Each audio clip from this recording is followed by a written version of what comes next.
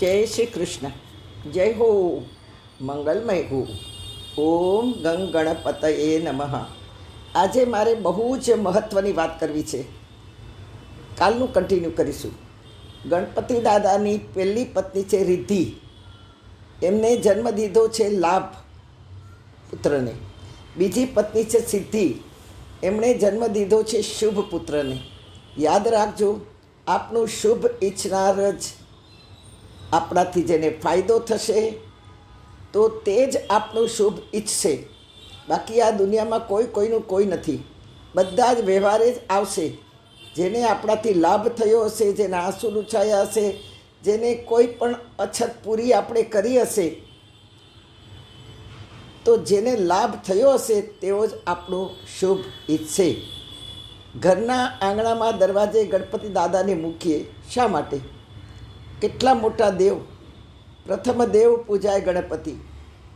તો એ છે આપણા અહમને સમર્પિત કરવા આપણે ગણપતિ દાદાને ઉંબરામાં મૂકીએ છીએ ઉપર, અને પ્રાર્થના કરીએ છીએ કે હે દાદા, આ ઘર આજથી તમારું છે, મારું નથી.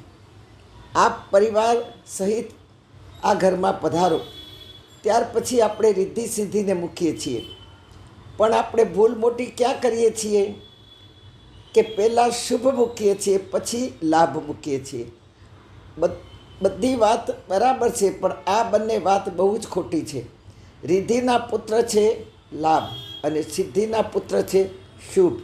તો આપણે રિદ્ધિના પુત્ર તરીકે શુભને મૂકીએ છીએ. કોઈ આપણું શુભ ઈચ્છવા તૈયાર નહીં થાય, પણ આપણાથી લાભ થશે તો જ આપણું શુભ ઈચ્છશે. તેથી આપણે પહેલું લાભ લખવાનું, પછી જ શુભ લખવું. આજે દાદાનો વિસર્જનનો દિવસ છે. જે ઉગ્યું તે કરમાવાનું, જે જન્મ્યું છે તે જવાનું. આ સૃષ્ટિનો નિયમ છે. મોટા મોટા દેવોએ પણ આ નિયમને માન્ય રાખ્યો છે.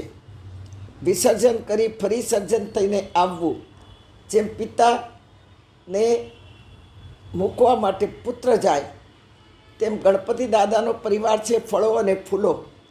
બધું જ માટીમાં ઉગે ને. તેથી વિસર્જન સમયે જે આભૂષણો પહેરાવ્યા હોય તેને વડા કરી લેવાના. વડા એટલે કાઢી લેવાના. અને ફૂલોનો મુગટ, કાનમાં કર્ણફૂલ, ચારે હાથમાં ફૂલોના બાજુબંધ, ચરણમાં પણ બાજુબંધ, કમરમાં ફૂલનો કમરબંધ, સૂંઢમાં ફૂલોની પાતળી એવી માળા પહેરાવવાની. શુદ્ધ બકેટ કે બાલદીમાં પૂજા કરી ડૂબાડવા, ધૂન બોલાવતા જવું.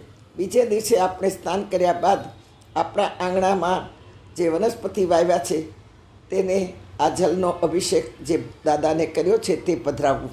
ઘરમાં થોડું થોડું છાંટવું, માથામાં પણ થોડું પધરાવવું.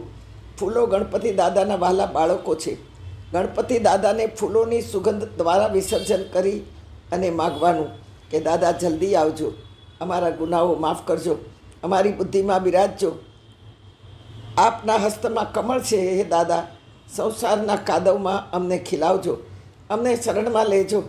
અમારા બાળકોમાં પ્રચંડ બુદ્ધિ રૂપે પ્રકાશજો. બુદ્ધિના પ્રકાર છે તર્ક, વિતર્ક, કુતર્ક. બીજો પ્રકાર છે અંધશ્રદ્ધા અને વહેમ, જાળ ફૂંકવી, પીછું ફેરવવું. અરે આપણે વૈષ્ણવ હોવા છતાં મુસ્લિમની મજાર પર જઈને ચાદર ચડાવી અને પછી ફળ મળવાની રાહ જોવી. જિંદગીની ક્ષણોને આપણે આવી વાતોમાં ડૂબાવી દેવી.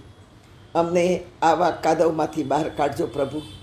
અમને સદવૃત્તિ આપજો, સદભક્તિ આપજો, સદવિચારો આપજો પ્રભુ. અમે આ જગતમાં આવ્યા છીએ એનું તમે અમને પ્રમાણપત્ર આપજો કે કઈ આશાએ આપે અમને અહીંયા મોકલ્યા છે. બસ એવી સદબુદ્ધિ આપો, સદવાણી આપો પ્રભુ, કે અમે આ સમાજને, આ જગતને કામ લાગીએ અને આપ જે બુદ્ધિમાં બિરાજ્યા છો એની અમે પ્રતીતિ કરાવીએ. ચાલો. ઓમ ગંગ ગણપતયે નમઃ.